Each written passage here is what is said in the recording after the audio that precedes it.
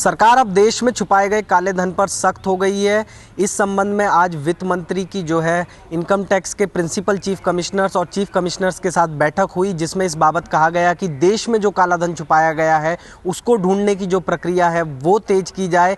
इस बैठक में इस बारे में चर्चा की गई और ऐसे सेक्टर्स जो हैं वो इनकम टैक्स विभाग के अधिकारियों से, कमिश्नर्स से ढूंढने के लिए कहा गया है विभिन्न राज्यों में, जिनके जरिए जो है ये काला धन देश में छुपाया जाता है।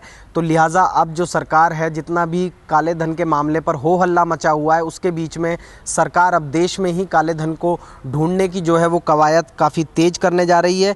ये बैठक हुई। इस बैठक के बाद में राजस्व सचिव शक्तिकांत दास ने कहा कि इस साल का डायरेक्ट इनकम टैक्स का कलेक्शन का जो लक्ष्य है वो 7,36,000 करोड़ रुपए है। अभी तक का जो कलेक्शन हुआ है उसमें 13.6% की बढ़ोतरी हुई है, जबकि सरकार का लक्ष्य 15% का है। लिहाजा सरकार का अब लक्ष्य है कि बचे हुए 5 महीनों में ये लक्ष्य पूरा किया जाए और इस रणनीति पर आज बातचीत हुई और वित्त मंत्री ने कहा कि इकोनॉमी का जो रिवाइवल हो रहा है वो टैक्स कलेक्शन में भी दिखना चाहिए।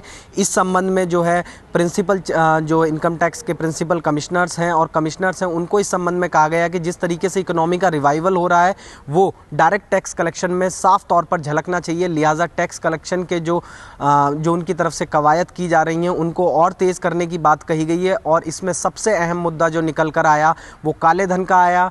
देश में जो विभिन्न सेक्टर्स में विभिन्न राज्यों में चिन्हित करने के लिए कहा गया है इनकम टैक्स के अधिकारियों से, और इसमें साफ तौर पर कहा गया है कि देश में जो काला धन छुपाया गया है उसको ढूंढने की जो प्रक्रिया है वो इनकम टैक्स विभाग की तरफ से बेहद तेज़ी के साथ की जानी चाहिए। कैमरा पर्सन परवेज़ के साथ रक्षित सिंह, एबीपी न्यूज़, दिल्ली।